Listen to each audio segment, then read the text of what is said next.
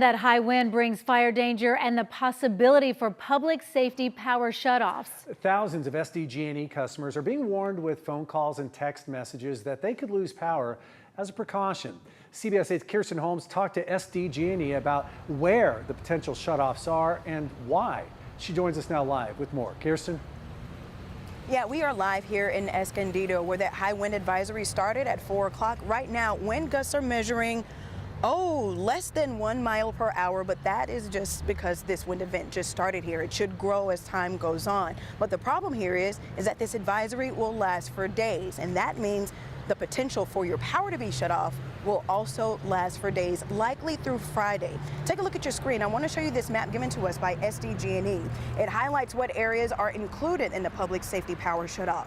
You can see areas impacted from around Palomar Mountain to Warner Springs, Julian, Mount Laguna, Pine Valley, Descanso, Ramona, Lakeside, Santee, Poway, Rancho Santa Fe, and Escondido, including a lot of other places.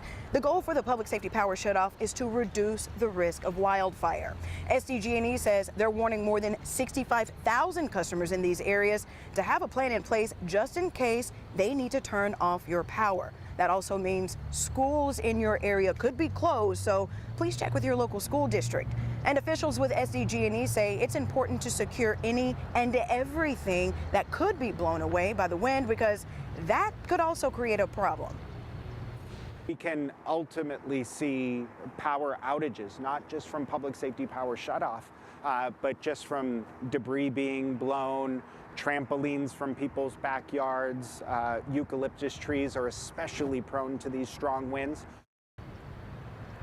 All right, I'm getting a live look at the wind gusts right now. They're growing to 2.6 miles per hour. So here's what you need to do to prepare. Charge all of your devices and make sure you stock up on food and have a go bag ready to go just in case you are called to evacuate. Now, coming up for you tonight at 6, we'll give you more tips on how you can prepare if your power should be shut off. Reporting for CBS 8, I'm Kirsten Holmes. Back to you. Have you held up your anemometer? I believe that's how we say that, right? 1 mile per hour. Has it been windier at all? I live in a part of Escondido a little different. I did get some gusts a little while ago. Yeah, gusts right now are about 2 in this particular area, but as this wind event increases, I'm thinking it should pick up. But right now we got 2, and that's good. Yeah, the worst is still to come. That's what we're hearing, Kirsten. Thank you for that. The worst is still to come when it comes to those winds. Chief Meteorologist Carlene Chaffetz is tracking them and has more on what you need to know. Carlene. Yeah, I know a lot of people in the LA area. The thing is, it hasn't even reached their peak and they're already dealing with fires breaking out, also talking about strong damaging winds, and their wind gusts upwards of about 100 miles per hour anticipated as we go into tonight, and still talking about some really strong wind gusts for us here locally. It's not anticipated to get as high as them, but still you're talking about fire weather concerns being critical and elevated here. They are high. So from now all the way through Thursday, you're talking about the afternoon hours with that intensity, with those gusts upwards of about 75 miles per hour in our local mountains right along the foothills. Sustained wind speeds ranging from about 20 to 50 miles per hour. That's going to drive down our humidity values. We have a lot of available dry brush out there as we are dealing with a deficit when it comes to rainfall. It has been a very dry start to our rainy season, and unfortunately